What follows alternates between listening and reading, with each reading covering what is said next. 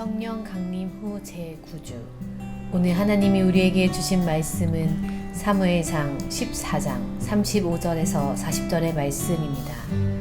사울이 여호와를 위하여 제단을 쌓았으니 이는 그가 여호와를 위하여 처음 쌓은 제단이었더라.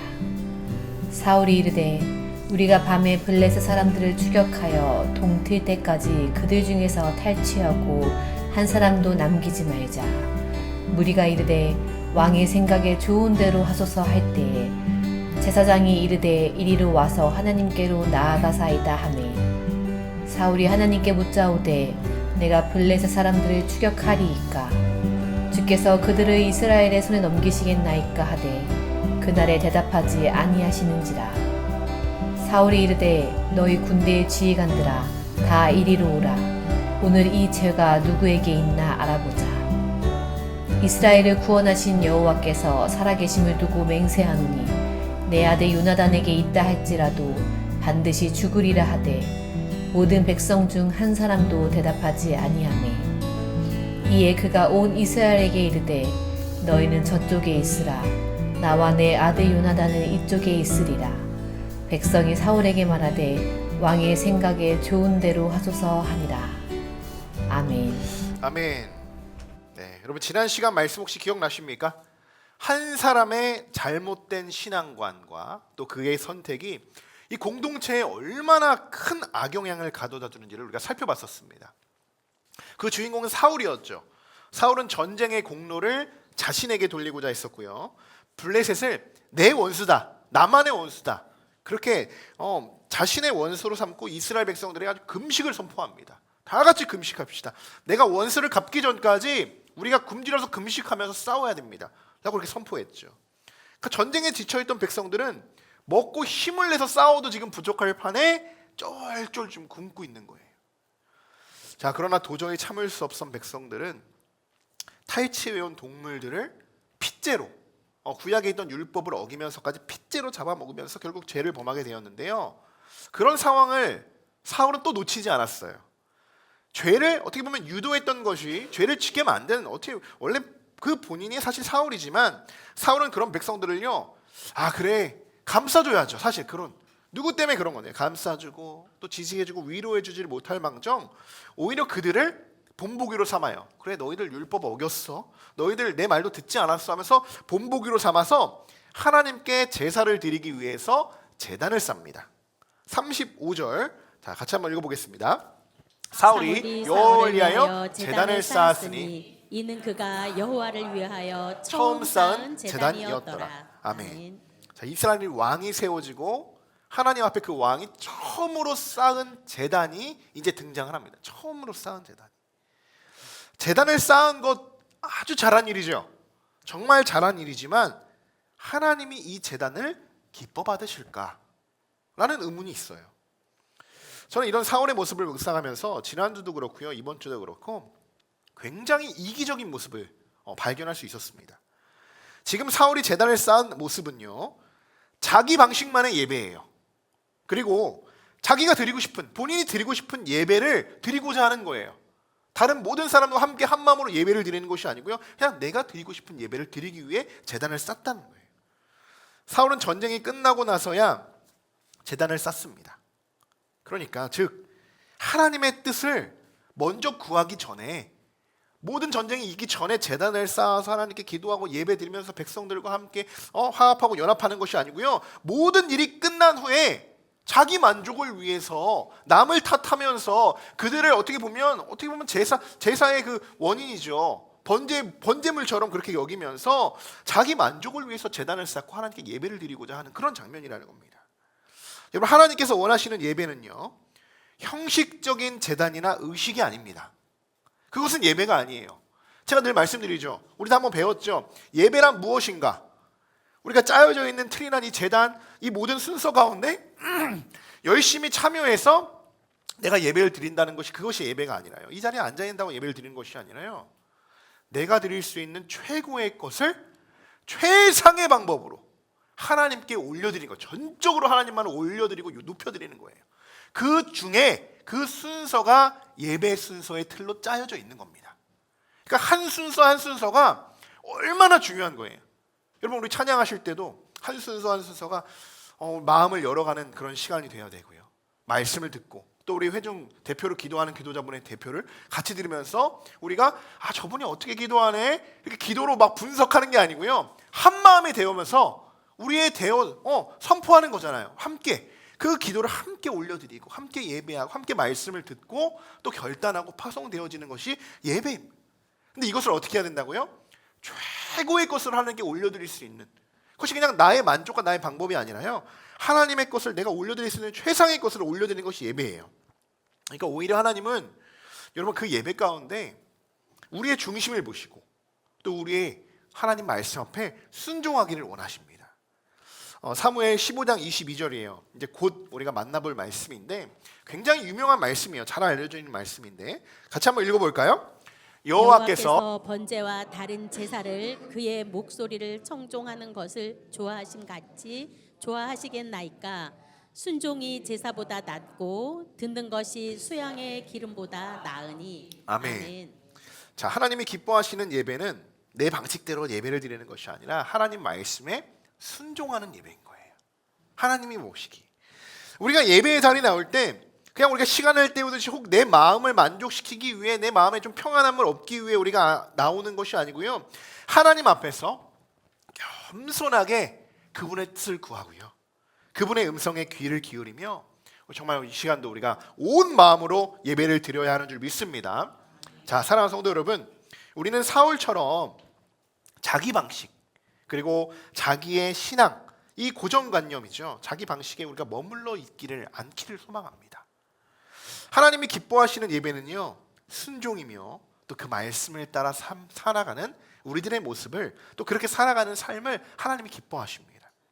오늘 이 시간에도 마찬가지로 우리가 드리고 있는 이 예배가 정말 주님이 보시기에 합당한 또 순종의 예배 또 기쁨의 예배 은혜의 예배가 되시기를 주님의 이름으로 간절히 축원합니다. 사울이 제단을 쌓은 것은 하나님이 기뻐하지 않으셨습니다. 그런데 제가 어떻게 사울이 쌓은 제단이 하나님이 기뻐하시지 않는 제단입니까? 라고 이렇게 확신하게 말씀을 드릴 수 있을까? 그 말씀이 오늘 다 이 내용에 적혀 있기 때문이에요. 36절을 보시면요. 한번 같이 읽어볼까요? 사울이 제단을 쌓고 이렇게 백성들에게 이야기합니다. 함께 읽겠습니다. 사울이 이르되 우리가 밤에 블레셋 사람들을 추격하여 동틀 때까지 그들 중에서 탈취하고 한 사람도 남기지 말라. 우리가 이르되 왕의 생각에 좋은 대로 하소서 할 때에 제사장이 이리로 와서 하나님께 나아가사이다. 아멘. 아멘. 사울이 이제 제단을 다 쌓은 겁니다. 그리고 나서 백성들에게 말해요. 우리가 밤에 블레셋을 추격하여서 동이 틀 때까지 탈취하고 한 사람도 남기지 않을 거야. 이렇게 선포를 해요. 그랬더니 백성이 뭐라고 이야기합니까? 백성들이 왕의 생각대로 좋은 대로 하소서 이렇게 이야기하는 거예요. 이 말이 어때요? 순종처럼 들리십니까? 네, 알겠습니다. 그렇게 하겠습니다. 나는 순종처럼 들리는 것이 아니고요. 사실 이것은 그냥 복종이에요. 왕대로 하소서. 어차피 그렇게 하실 거 아닙니까? 이러한 뉘앙스가 지금 있는 거예요. 그러니까 백성들의 마음이 어때요? 아주 충성된 마음입니까? 조금도 좀 꺼림직해요. 자, 근데 그때 제사장의 마음도 좀 불편했던 것 같아요. 제사장도 나서서 이렇게 이야기하죠. 제사장이 이르되 이리로 와서 하나님께 나아가시나이다. 이렇게 이야기해요. 그러니까 지금 제단을 쌓았으니까 우리가 하나님께 우리가 하기 전에 먼저 이렇게 계획하기 전에 하나님께 나아가서 우리가 그 제단에서 하나님께 한번 여쭤보자라는 이야기예요. 제사장이 충분히 그렇게 할 수 있겠죠.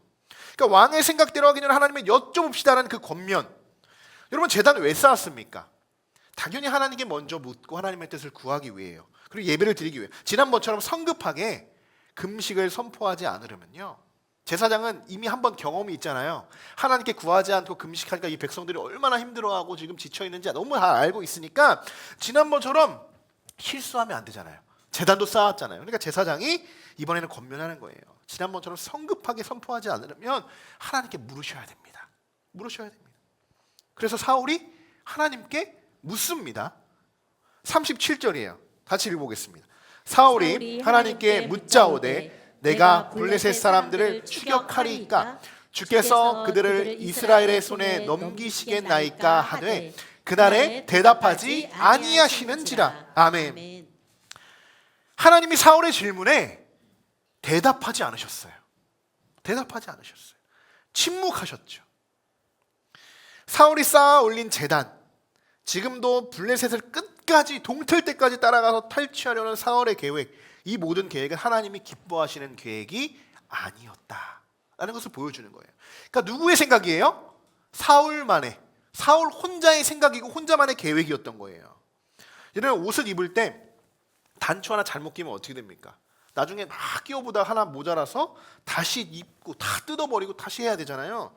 참 힘들어요. 근데 사울이 지금 그런 거예요. 뭔가 지금 마저 들어가지 않아요. 처음부터 왕으로 하나님이 좋은 옷을 입혀줬지만 단추를 깨기 시작하면서부터 계속적으로 뭔가 억지로 맞지 않은 구멍에 막지 않는 칸에 단추를 막 억지로 끼워 맞추는 듯한 그런 느낌이에요. 지금 사울의 모습이요. 이게 이스라엘의 초대 왕의 모습이라는 겁니다. 사울은 하나님께 묻기는 했지만 이미 자기 계획을요 이만큼 다 세워놨어요. 이미 백성들에게 선포하잖아요. 이렇게 해서 이렇게 할 거야. 그랬더니 그제서야 제사장이 막 와가지고 그냥 말리듯이 이렇게 하나님께 우리가 물어봅시다 라고 이야기하는 거예요. 순서가 이미 틀렸죠. 이미 순서가 틀렸어요. 우리가 신앙생활하면서 많이 놓치는 부분 중에 하나인데요, 먼저 하나님의 뜻을 따르기 위해서 묻는 것, 지금 사울은 그런 것이 아니고 하나님이요 자기 뜻을 허락해 주시기 위해서 묻는 거예요. 허락을 받으러 가는 거예요. 지금 하나님은 그것을 아셨어요. 대번 아시죠. 우리가 어떤 마음으로 하나님께 구하고 어떤 마음으로 예배를 드리는 대번에 아세요. 그러니까 하나님이 대답하지 않으시죠. 침묵하시죠. 우리도 기도하면서 이럴 때가 있죠. 이미 뭐 상황과 사건들, 뭐 시험들, 여러 가지 상황들에서 이미 다 계획을 짜놓고 그리고 나서 기도합니다. 이미 기도는 하나님의 뜻을 구하고 우리가 하나님께 그 뜻 가운데 하나님의 말씀과 여러 가지의 응답 가운데 순종하고자 나의 길이 어떠한 길인지 하나님의 뜻을 계속 알아가고자 기도를 하는 건데요, 이 머리가 그렇지 않다는 거예요. 무슨 일이 터지면 내가 이미 다 짜놓은 틀 안에서 하나님, 말은 그렇죠. 하나님 간구합니다. 이렇게 하시기를 원합니다. 하지만 어때요? 결국은 하나님 이렇게 내가 해왔으니 이렇게 진행시켜 주십시오. 내가 이렇게 생각하고 이렇게 계획하고 내가 이렇게 생각하고 하나님 이런 상황 속에서 이전에도 또 이렇게 했고요. 이렇게 하는 게 제가 볼 때는 맞는 것 같으니까요. 이렇게 하는 게 맞습니까? A입니까? B입니까? 이렇게 우리가 계속적으로 하나님께 기도했던 그런 연약한 모습도 있어요. 여러분, 이것은 올바른 기도의 방법이 아닙니다. 여러분, 신앙은 순종이죠.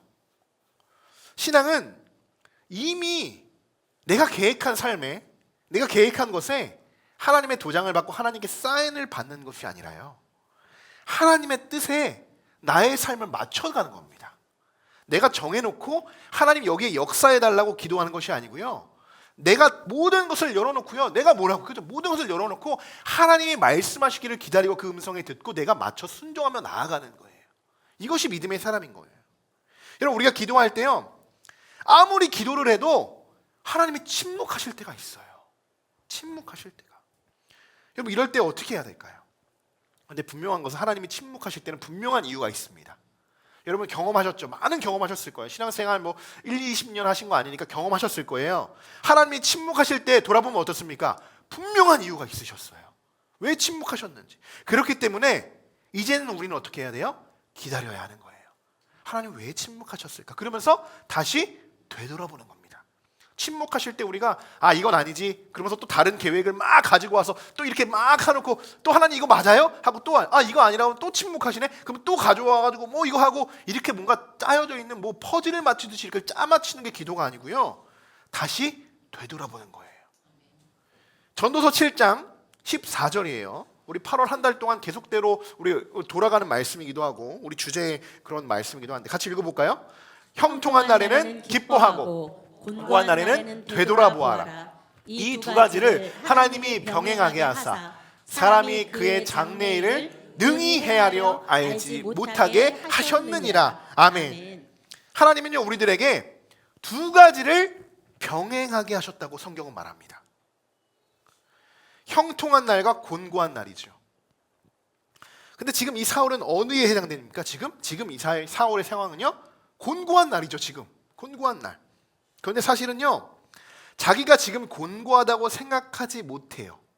사울은 백성들, 대사장들, 요나단뿐만이 아니라 모든 사람들은 지금 이 상황이 곤고한 상황이다, 다시 되돌아봐야 한다라고 생각을 하고 있는데요, 사울은요 혼자만 몰라요. 지금 이미 다 이겼어요. 다 이기고 뭔가 하나님께 막 혼자 영광 돌리려고 하고, 막 백성들을 지금 그들의 잘못을 인용해서 자기들이 막 혼자 영광 받으려고 하고요. 지금 그런 상황이에요. 사울은 지금 어떤 생각을 갖고 있냐? 지금이 형통한 날이구나. 혼자. 지난주 말씀처럼 완전 자기중심적으로 지금 이 나라가 돌아가고 있습니다. 이 나라가. 그러나 실제 상황은요, 지금 곤고한 상황이에요.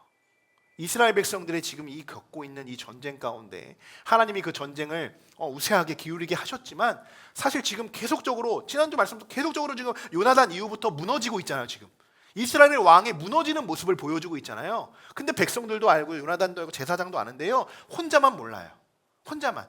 지금 이 사울은 무슨 생각에 빠져 있냐? 끝까지 그들 추격해가지고 그들 거 탈취하고 그들 차 멸하게 하는 것, 그것만 지금 생각하고 있다는 거예요. 지금 사울이 지금 곤고한 상황이에요. 그래서 성경은 곤고한 날에는 되돌아보아라고 이야기하고 있습니다. 되돌아볼 수밖에 없는 거예요. 왜요? 하나님이 침묵하고 계시잖아요. 하나님이. 그러면서 내가 놓친 부분은 무엇일까? 하나님의 뜻은 무엇일까? 무엇이 잘못된 것일까? 계속적으로 돌아보면서 하나님의 뜻을 발견하는 것이, 여러분, 정말 진짜 성숙한 신앙인인 줄 믿습니다. 사울은 하나님의 침묵을요, 기다릴까요? 기다리지 못할까요? 기다리지 못하죠. 왜요? 혼자만 곤고하지 않다고 생각한다니까요. 이 심각성을 몰라요. 지금 당장 하나님이 자신의 물음에 답하지 않으신 이유를 찾아야만 했어요. 제가 말씀드렸죠, 방금 전에. 뭔가 이것을 계획을 막 혼자 해놓고 이것이 아니라고 하면 어때요? 다른 계획을 또 갖고 와가지고 하나님 이렇습니까? 이렇습니까? 지금 이 상황을 정당화시키려고 하는 거예요. 어떻게든. 너무나도 진짜 자기중심적이죠. 하나님이 침묵하실 때는 어떻게 해야 된다고요? 다시 되돌아보고 기도하고 하나님이 이끄실 것을 계속 기다려야 되는데, 사울은 그걸 참지 못하고요. 38절 같이 읽어보겠습니다. 사울이 이르되 너희 군대의 지휘관들아 다 이리로 오라. 오늘 이 죄가 누구에게 있나 알아보자. 아멘. 네, 저는 이 말씀을 들으면서 이 말씀이 문득 떠올랐어요. 누가복음도 있고 마태복음에도 있는 말씀인데요, 누가복음에 있는 말씀 한번 읽어볼게요. 6장 41절이에요. 어찌하여 형제의 눈 속에 있는 티는 보고 내 눈 속에 있는 들보는 깨닫지 못하느냐. 아멘. 지금 왕이니까 말을 못해서 그렇죠. 백성들고 제사장 말을 못해서 그렇죠. 사울의 지금 상황이 딱 이런 상황이에요. 본인만 몰라요. 지금 본인만 자기가 뭘 잘못했는지 모르고요, 모든 백성들과 다 알고 있어요.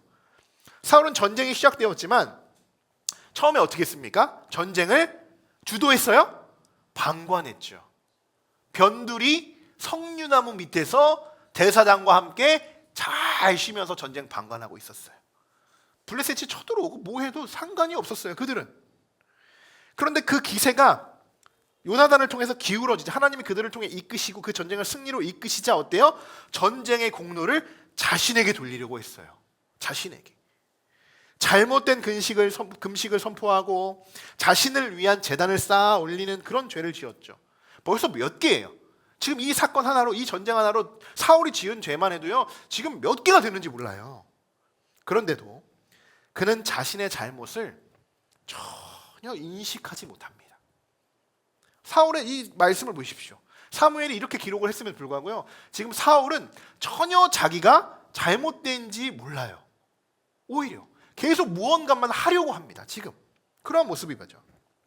그러면서 이 죄가 누구인지 하나님이 말씀하지 않으시니까요, 사울은 속상한 거예요. 마음이 답답한 거예요. 그러면서 어떻게 생각하고 있는 거야? 하나님이 침묵하시는 데는 이유가 있다. 누군가 죄를 지었기 때문이다. 그러니까 군대 장관들 다 모여라. 명령하고요. 집합시켜요. 그리고 오늘 당장 이 죄가 누구에게 있는지 알아봐야겠다. 알아봐야겠다라고 지금 이야기해요. 자기가 제일 큰 죄를 져놓고선 지금 그 죄를 지금 남에게 계속 돌리려고 하는 거예요. 계속적으로. 그리고 39절에 참 안타까운 모습이 나옵니다. 사울이 다시 한번 섣불리 맹세를 합니다. 섣불리. 자, 오늘 읽는 말씀이 많은데 39절랑 같이 읽어보겠습니다.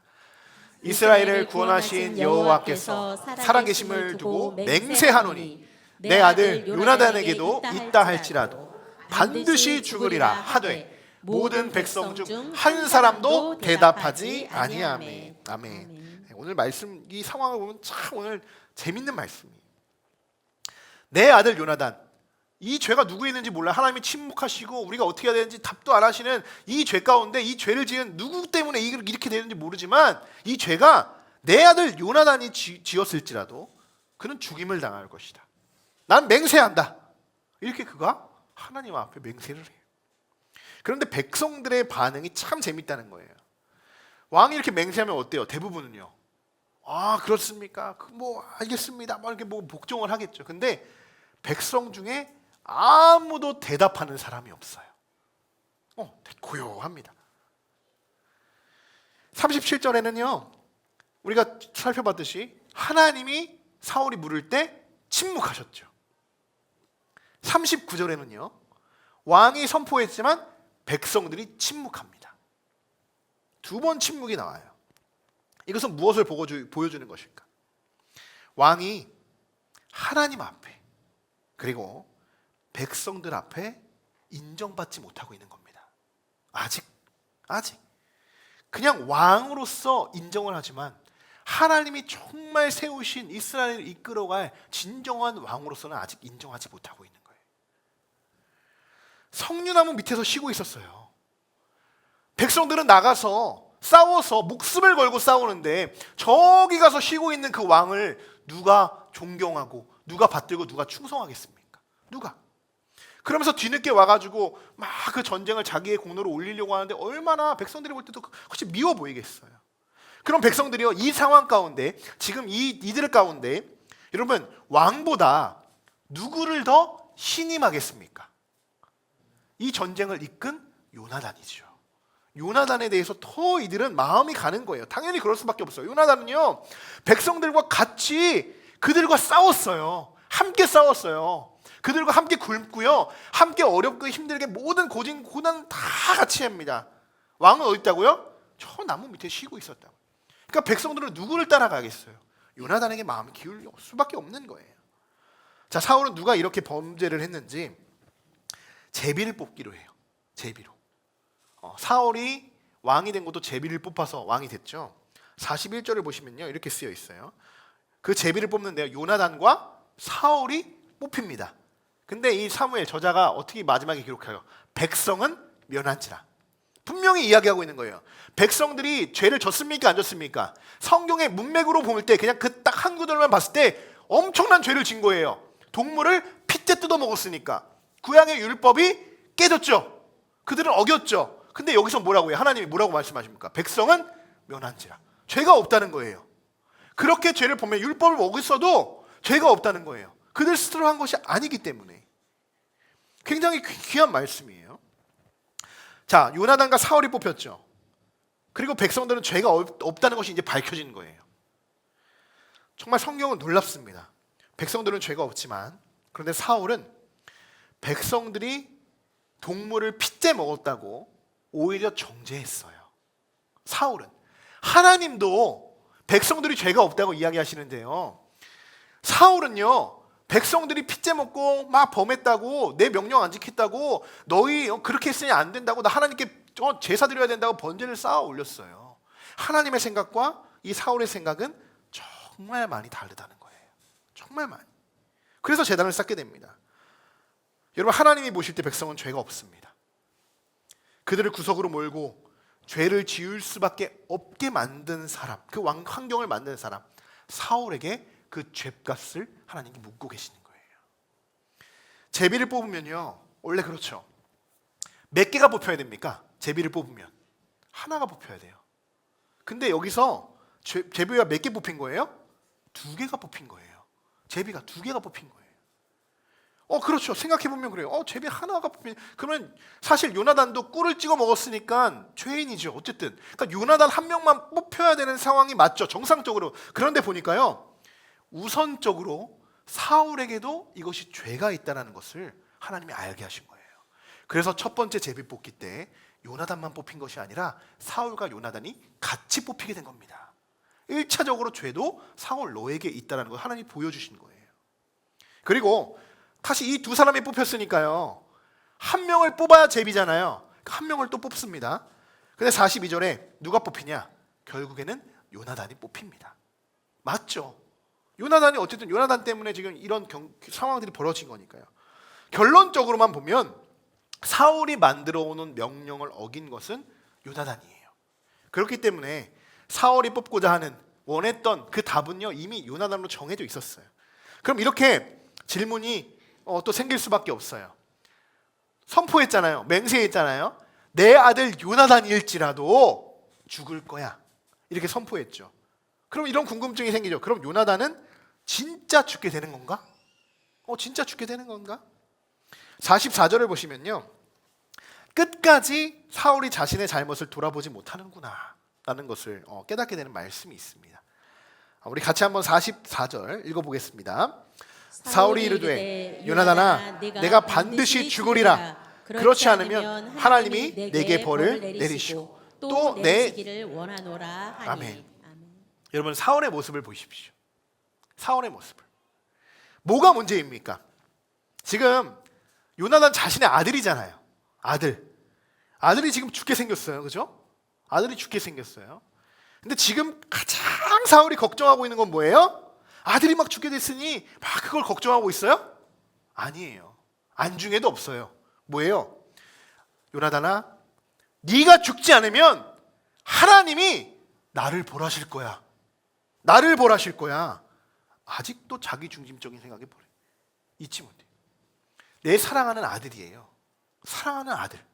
그 아들이 지금 맹세를 했지만 그가 죽음까지도 아니면 큰 벌을 받는다고만 생각해도요, 아빠로서 큰일 나는 거 아닐까? 아들을 어떻게 해야 될까? 보호해주지 않을까?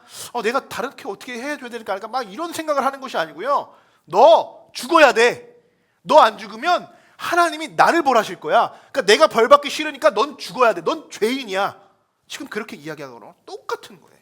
지금 이것이 어떻게 아버지의 모습이고 이것이 어떻게 한 나라의 왕이라고 이야기할 수 있겠습니까?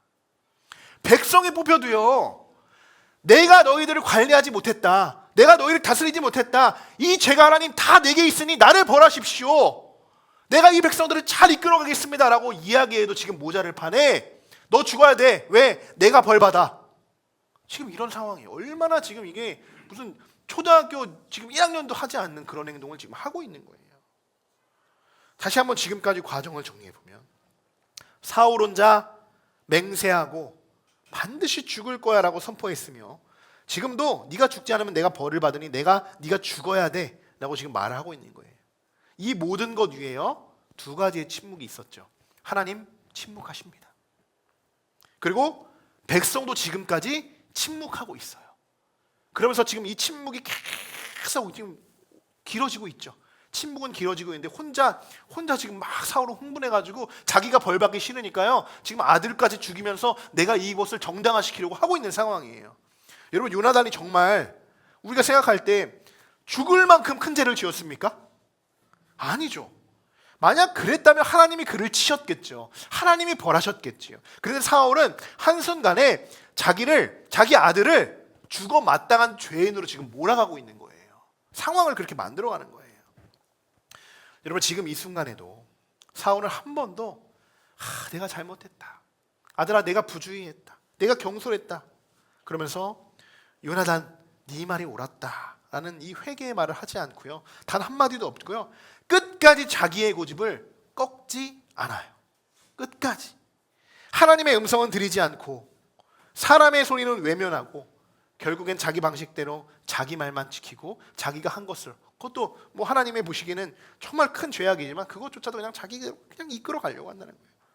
자, 요나단이 이렇게 죽게 생겼습니다. 여러분, 요나단이 그런데 여기서 큰 또 반전이 일어납니다. 45절 같이 읽어보겠습니다. 백성이 사울에게 말하되 이스라엘의 이 큰 구원을 이룬 요나단이 죽겠나이까. 결코 그렇지 아니하니이다. 여호와의 살아계심을 두고 맹세하옵나니 그의 머리털 하나도 땅에 떨어지지 아니할 것은 그가 오늘 하나님과 동역하였음이니이다 하여 백성이 요나단을 구원하여 죽지 않게 하니라. 아멘. 사울은 자신이 살기 위해서 자신의 아들을 죽이고자 했지만요, 요나단을 살린 것은요 다름 아닌 백성들이었습니다. 백성들. 이 말씀 읽으면서 막 백성들의 마음이 막 느껴지죠. 백성들의 마음이 막 이야기하면서 이 큰 구원을 이룬 사람이 왕이 들었을 때는 기분이 좋았을까요? 언짢았겠죠. 지금 이 구원을 이룬 사람이요 당신이 아니고요 요나단이라고 지금 이야기하고 있으니까 모든 백성들이, 그러니까 왕은 기분이 상했을 거예요. 왕은 그러면서 결단코 죽으면 안 됩니다. 그러면서 백성들도 여호와의 살아계심을 두고 맹세하니 그의 머리털 하나도 땅에 떨어지지 아니할 것이다. 오히려 백성들이 참 왕보다 낫습니다. 왕보다 나아요. 그렇게 지금까지 침묵했던 백성들이요 이제서야 요나단이 이제 곧 죽게 생겼잖아요. 요나단을 살려야 되기 때문에 그들의 긴 침묵이 요나단을 살리기 위해서 침묵이 깨져버리게 되는 거예요. 깨져버리게. 여러분, 진짜 하나님의 일은, 진짜 하나님이 이루시는 일들 있죠. 역사들. 그 일들은 누구와 함께 이루어 가십니까? 하나님이. 2주 전에 우리 강의 말씀인데 숫자보다 중요한 것이 마음이다. 이 숫자는 뭐 큰 권력일 수도 있고 힘일 수도 있고 여러 가지의 뭐 크기일 수도 있고 여러 가지의 비유할 수 있죠. 근데 그 모든 것, 이 큰 것보다 중요한 것은 뭐냐? 마음 맞는 한 사람이 훨씬 더 중요한 거예요. 마음 맞는 한 사람만 같이 있으면요 끝까지 가고자 하는요 막 그냥 사람이 많아도 블레셋 군사들 어땠습니까? 많으면 뭐예요? 하나님이 한번 후 부르시면 다 흐트러지는 거예요. 근데 마음이 똘똘 뭉친 이 몇 사람 있으면요 그 위기의 환난 속에서 이스라엘은 더 단단해집니다. 하나님은 이걸 원하시는 거예요. 여러분, 함께 하나님의 일을 만들어가는 것은요 숫자, 크기, 힘이 아니고요 마음입니다. 마음이에요. 지금 보면 하나님의 나라, 이 이스라엘 백성도요 한 나라를 살리는 건 왕도 아니고요 제사장도 아니었어요. 지금 이들을 이끌어가는 이 블레셋 전쟁은요 왕, 제사장 아무것도 한 일이 없어요. 아무것도 못했어요. 지금 이 역사를, 이 전쟁을 이끌어가는 건 누구예요? 제사장도 아니고 바로 요나단과 함께 마음을 맞는, 함께 마음을 맞춰 한 마음이 되었던 백성들. 그들이 이 전쟁을 승리로 이끌어간 것입니다. 마음 맞지 않았던 사울과 제사장만이 지금 괜히 지금 다르게 있는 요나단만 죽이려고 하는 거고요. 괜히 이 백성들에게 너희들 핏째 먹었으니까 율법 먹었으니까 너희들 죄인이야 라고 지금 탓하고 있고요. 저기 멀리 쉬던 사람들, 이 전쟁과 상관없이 그렇게 놀던 방관하던 사람들만이 지금 오히려 백성들을 힘들게 하고 요나단을 죽게 만드는 그러한 지금 그 당사자들이 되는 거예요. 사랑하는 성도들은, 오늘 우리가 꼭 기억해야 할 것은 이것입니다. 사울처럼 자기 생각과 체면, 연민, 고민과 판단으로 신앙생활을 하면 결국 사랑하는 것도 잃게 됩니다. 아들도 잃게 되는 거예요. 하나님의 뜻도 당연히 놓치게 되는 겁니다.